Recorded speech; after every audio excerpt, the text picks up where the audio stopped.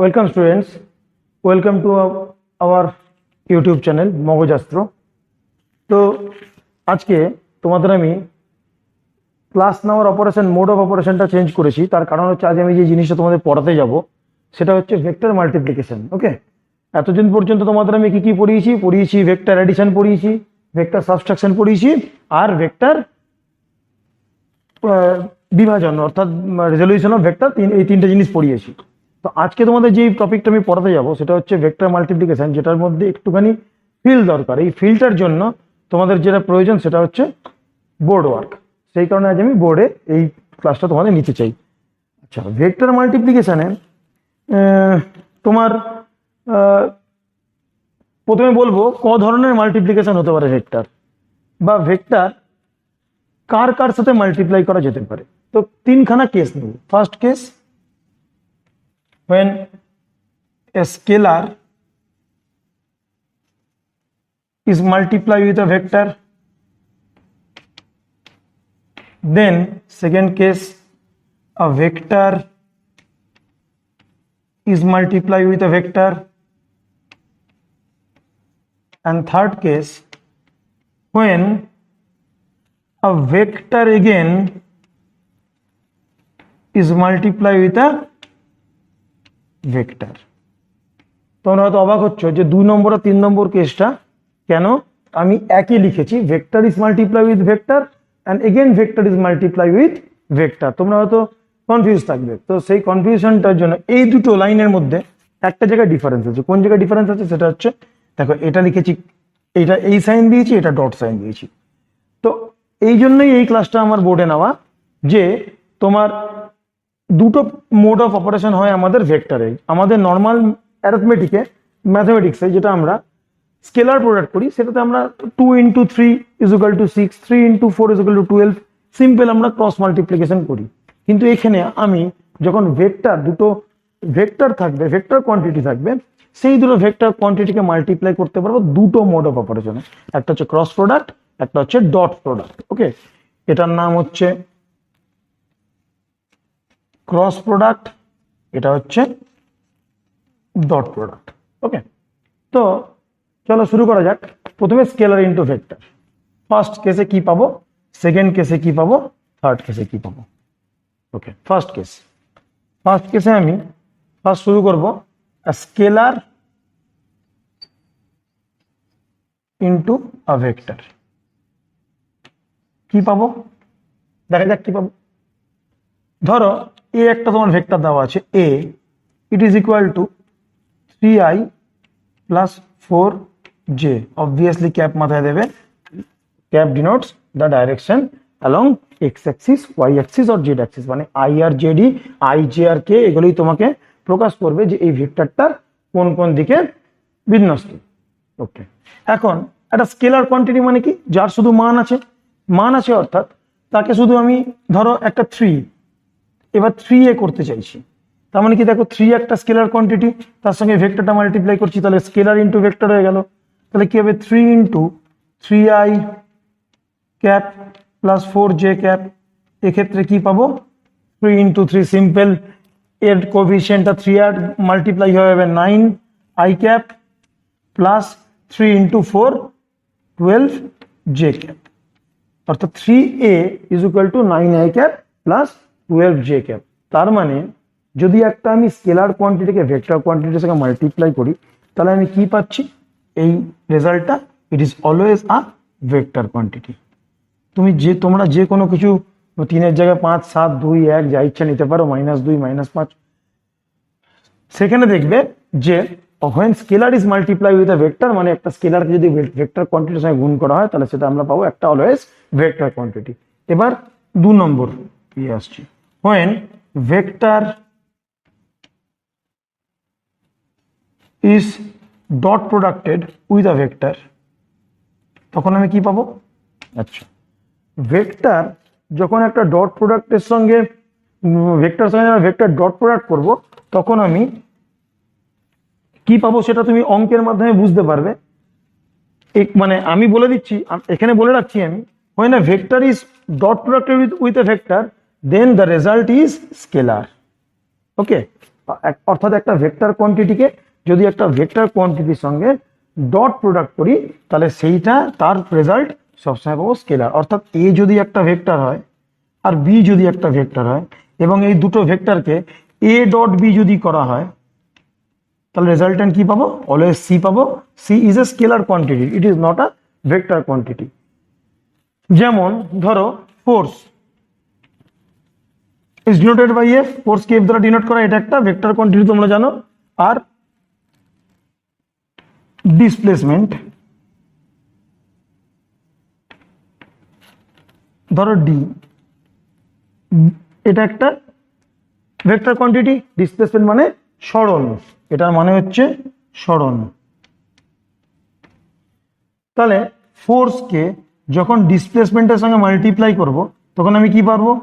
তখন পাবো work done, work পাবো, কার্য পাবো। অর্থাৎ বল ইন্টু সরণ ইজ ইকুয়াল টু কার্য।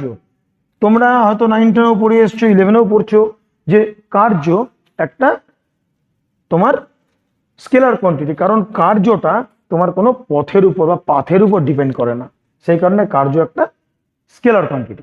তাহলে একটা ভেক্টরকে যখন একটা ভেক্টরের সঙ্গে ডট মাল্টিপ্লাই করব তখন যেটা পাবো সেটা হচ্ছে একটা স্কেলার কোয়ান্টিটি। এবার থার্ড কেস আলোচনা করি। থার্ড কেস কি? Third case, when a vector is cross product with a vector, তখন কি পাবো? তখন সব সময় তার ফল পাবো ইট ইজ আ ভেক্টর, তাই তো?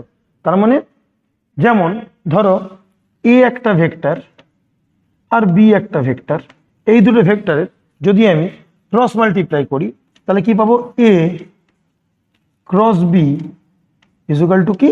C, which is also a vector quantity, তাই তো? তাহলে যেমন দেখো আরেকটা ফিজিক্যাল এক্সাম্পল দিচ্ছি, যেমন ধরো টর্ক। টর্ককে আমরা কি দিয়ে ডিনোট করি? গ্রিক লেটার টাউ দিয়ে ডিনোট করি। Tau, tau is a vector quantity. তো টর্ক ইজ ইকুয়াল টু আমরা কি জানি? টাউ ইজ ইকুয়াল টু কি জানি? আর ইন্টু এফ। আর একটা ভেক্টর, এফ একটা ভেক্টর। আর মানে কি? আর হলো একটা পজিশন ভেক্টর। মানে আশা করি তোমাদের টর্কের কনসেপ্ট খুব একটা ক্লিয়ার নাই, কারণ এই টর্কটা 9-এ ছিল এবং 9-এ এই জিনিসগুলো খুব একটা ডিটেলে পড়ানো হয় না, কিন্তু ক্লাস 11-12 এগুলো তোমরা প্রচুর ডিটেলে পড়বে। বিশেষ করে 11-এ, 12-এ টর্কের ব্যাপারটা খুব একটা নাই, আছে মোটর আর জেনারেটর যখন পড়বে তখন টর্কের ব্যাপারটা দেখতে পাবে। তো আর হচ্ছে একটা পজিশন ভেক্টর। অর্থাৎ আমি একটা সামান্য বলে রাখি, ধরো এখানে একটা লোহার দণ্ড আছে যেটা মাঝখান থেকে পাইভটেড করা আছে, মানে কি এইখানে একটা স্ক্রু দিয়ে লাগানো আছে, স্ক্রু এর রেসপেক্টে এই দণ্ডটা ঘুরতে পারে। তাহলে যদি আমি এখানে একটা এফ বল প্রয়োগ করি এই R1 ডিস্টেন্সে, তাহলে তার জন্য একটা টর্ক পাবো, টাউ টর্ক পাবো। এবার আমি যদি সেম এই এফ ফোর্সটা, সেম এফ ফোর্স ধরো 5 Newton, F is equal two ধরো 5 নিউটন, সেম এফ ফোর্স যদি আমি এইখানে অ্যাপ্লাই করি, এই পয়েন্ট অ্যাপ্লাই করি, যেটার দূরত্ব এই পাইভটেড পয়েন্ট থেকে R2 সেটা যদি হয়, তাহলে সেক্ষেত্রে আমি যে টর্কটা পাবো টাউ, ধরো এটা টাউ 1 ছিল, এটা টাউ 2, সেই টাউ 2 সবসময় লেস দেন টাউ 1 হবে। কারণ কি? কারণ আমরা জানি এই বিন্দু, আলম্ব বিন্দুটাকে বলে আলম্ব বিন্দু, আলম্ব বিন্দু থেকে যত ডিস্টেন্স বাড়াবো, if I increase the distance then torque is increase, as torque is the product of this distance, not distance, basically it is a perpendicular distance, এটা সব সময় মাথায় রাখবে, এটা একটা perpendicular distance, perpendicular distance into the force applied, অর্থাৎ প্রযুক্ত বল এবং এই আলম্ব বিন্দু থেকে লম্ব দূরত্ব, প্রযুক্ত বলে লম্ব দূরত্বের গুণফল হচ্ছে টর্ক বা টাউ। অর্থাৎ এখানে দেখো টাউ যে পেয়েছি সেটা কিন্তু আমি আর ক্রস এফ লিখে পেয়েছি, কিন্তু এখানে ওয়ার্ক যেটা পেয়েছি সেটা কিন্তু এফ ডট ডি লিখে পেয়েছি। অর্থাৎ এটাকে বলা হয় ডট বা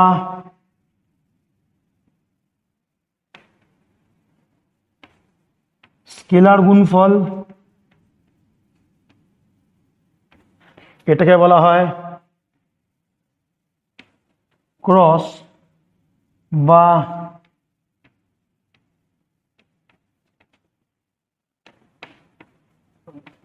ভেক্টর গুণফল। তো আশা করি তোমরা এই পর্যন্ত ডট প্রোডাক্ট আর ক্রস প্রোডাক্ট সম্বন্ধে একটা ধারণা পেয়ে গেছো। ওকে, এইবার আমি কতগুলো প্রপার্টি পড়াবো, বোর্ডটা মুছে নি, কতগুলো প্রপার্টি পড়াবো। অর্থাৎ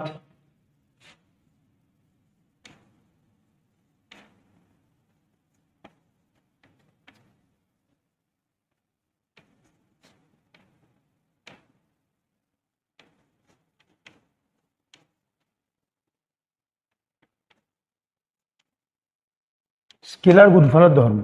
ওকে, প্রথম কথা হচ্ছে, ফার্স্ট পয়েন্ট হচ্ছে এ, একটি vector A dot B is equal to সবসময় বি ডট এ হবে। অর্থাৎ একে কি বলা হয়, কিউমুলেটিভ और বিনিময় সূত্র। অর্থাৎ ডট প্রোডাক্ট বা স্কেলার প্রোডাক্ট সবসময় বিনিময় সূত্র মেনে চলে। ওকে, সেকেন্ড কি,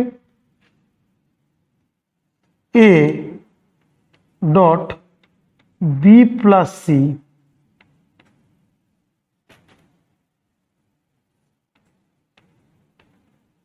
ইকুয়াল টু কি হবে, A dot be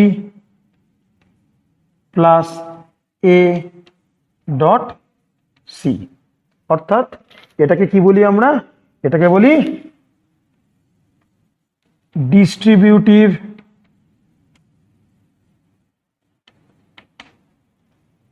over addition বা এটার নাম হলো যোগের বিতরণ সূত্র।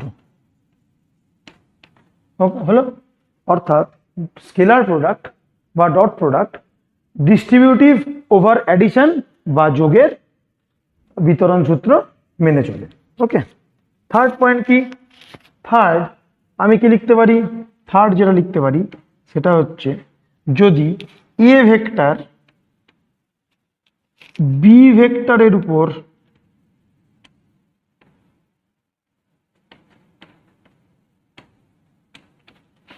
লম্ব হয়, মানে পারপেন্ডিকুলার হয়, তবে A vector cross B vector কি হবে। আচ্ছা, একটা জিনিস বলে রাখি, সেটা হচ্ছে যখন আমি ডট প্রোডাক্ট করব, ডট প্রোডাক্ট নির্ণয় করার জন্য আমি যে সূত্র ব্যবহার করব সেটা হচ্ছে এ বি কস থিটা। ঠিক আছে, এখানে এ আর বি কি ভাবলে যাবে, হয়তো এ ডট বি স্যার এখানে বড় হাতের লিখেছে, আবার এখানে এ আর বি স্মল লেটার লিখেছে। এখানে এই এ ভেক্টরের ম্যাগনিটিউড হলো এ আর বি ভেক্টরের ম্যাগনিটিউড হলো বি। ওকে, আর থিটা হচ্ছে এ ও বি এর মধ্যে কোণ। অর্থাৎ যদি আমি যখন এ আর বি পারপেন্ডিকুলার, তাহলে এক্ষেত্রে কি লিখতে পারি, এ ইন্টু বি ইন্টু কস 90, যেহেতু আর লম্ব, কস 90 ভ্যালু জানি 0, তাহলে এটা হচ্ছে 0। অর্থাৎ দুটো ভেক্টর যদি পরস্পরের উপর লম্ব হয়, তাহলে তাদের ডট গুণফল বা স্কেলার গুণফল সবসময় শূন্য হবে। ফোর্থ পয়েন্ট কি, ফোর্থ পয়েন্ট হচ্ছে, যদি এ ও বি প্যারালাল হয়, তবে এ ডট বি কি হবে, সিম্পল ব্যাপার, প্যারালাল মানে কি, এ ভেক্টর এটা, বি ভেক্টর এটা, তারা প্যারালাল ভেক্টর, মানে কি তাদের মধ্যেকার কোণ কত, এ আর ভি যখন প্যারালাল তাদের মধ্যেকার কোণ হচ্ছে 0 ডিগ্রি, অর্থাৎ এ বি cos 0 ডিগ্রি, অর্থাৎ এ বি, বা এটাকে বলতে পারি এ বি, এটা বলতে পারি হলো। অর্থাৎ এ ও বি যদি দুটো প্যারালাল ভেক্টর হয় তাদের মধ্যেকার কোণ হচ্ছে 0 ডিগ্রি, সেক্ষেত্রে A dot B is equal to A B হয়। ওকে, এবার আবার এ ও বি বিপরীতমুখী সমান্তরাল,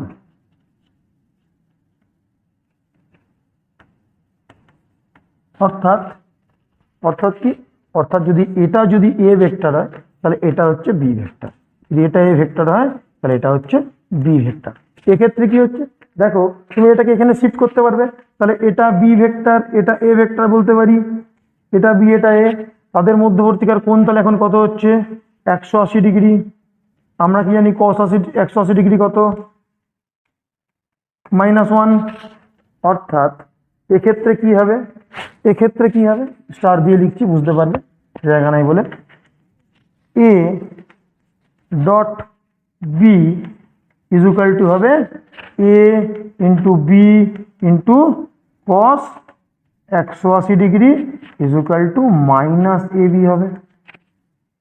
এই চারটে ধর্ম খুব খুব খুব ইম্পর্টেন্ট, কারণ প্রতিটা অঙ্কেই মোটামুটি একটা না একটা কন্ডিশন দেওয়া থাকবে যে দুটো ভেক্টর, তাদের দুটো ভেক্টরের এক্সপ্রেশন থাকবে, সেই দুটো ভেক্টর আইদার তাদের দেওয়া থাকবে তারা প্যারালাল, তারা অ্যান্টি প্যারালাল, তারা পারপেন্ডিকুলার, কোনো একটা কিছু দেওয়া থাকবে, সেই করেসপন্ডেন্স। তখন তোমরা ঘাবড়ে যেও না, এই চারটে জিনিস মাথায় রাখবে, চারটে জিনিস মাথায় রেখে তাদের মধ্যবর্তীকার কোণ নির্ণয় করে A into B into cos theta এই সূত্রের সাহায্যে তাদের মধ্যেকার ডট প্রোডাক্ট বা স্কেলার প্রোডাক্ট নির্ণয় করবে। ওকে, ধরে নাও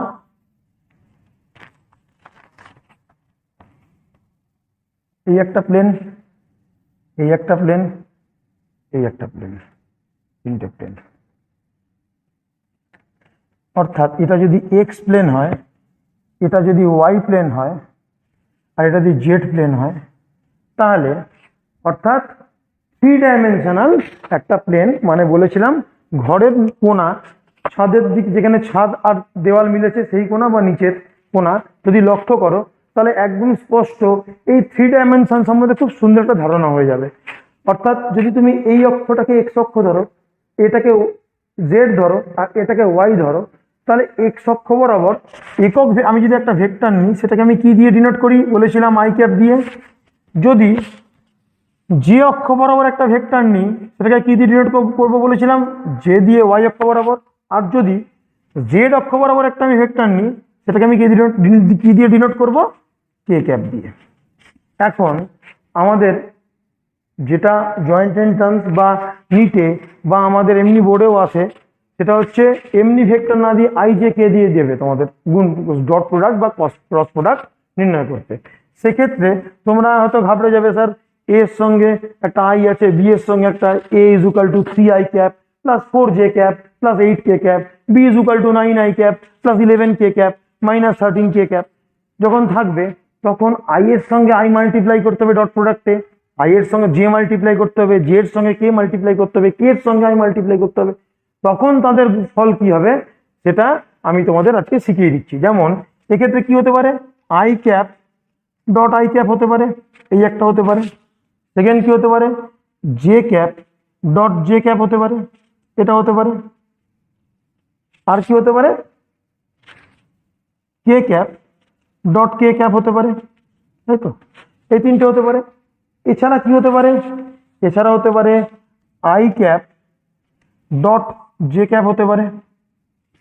এছাড়া কি হতে পারে, J cap dot K cap হতে পারে।